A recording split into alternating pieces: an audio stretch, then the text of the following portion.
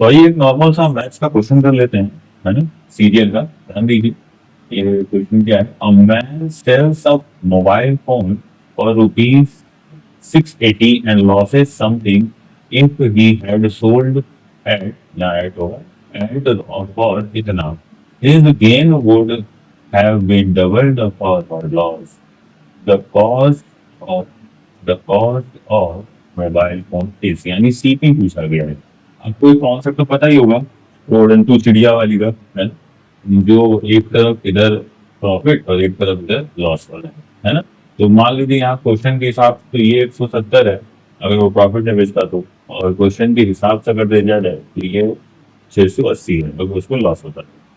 ठीक है, and losses something, ठीक है, एंड लॉसेज समथिंग, ठीक है। तो यहाँ देखिए, यहाँ अगर हम ध्यान दें तो ये जो बोला गया है डबल, डबल बोला गया है ना। तो मान लीजिए अगर ये एक होगा तो ये क्या होगा, इसका डबल होगा। ठीक है, अब इसी रूल, इसी जो यहाँ निकला हुआ है इसी से हम निकालेंगे इसका अमाउंट। ध्यान दीजिए, इसमें और इसमें गैप जो है वो गैप अगर आप ध्यान देंगे 390 का। ठीक है, गैप कितने का है, तो गैप आपका ध्यान से देखेंगे तो 390 का दिखा है। ये जो बराबर है वो आपका ये 3 यूनिट्स के बराबर है, ये और ये दोनों। ठीक है, अब अगर ये 3 यूनिट का है तो 1 यूनिट का कितना होगा, है ना, डिवाइड बाई 3, लगभग 1 यूनिट का जो आएगा वो कितना आएगा, 130, है ना।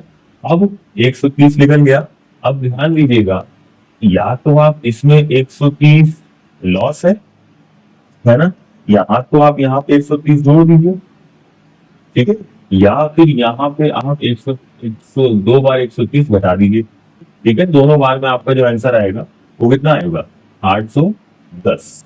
ठीक है, तो आंसर क्या हो जाएगा आपका 810। ठीक है, 600 असेंबलिंग भी दे रहे हैं यहाँ पे, प्लस 130 इक्वल टू 810। ठीक है, तो आपको समझना होगा। सीखते रहिए, आगे बढ़ते रहिए। धन्यवाद।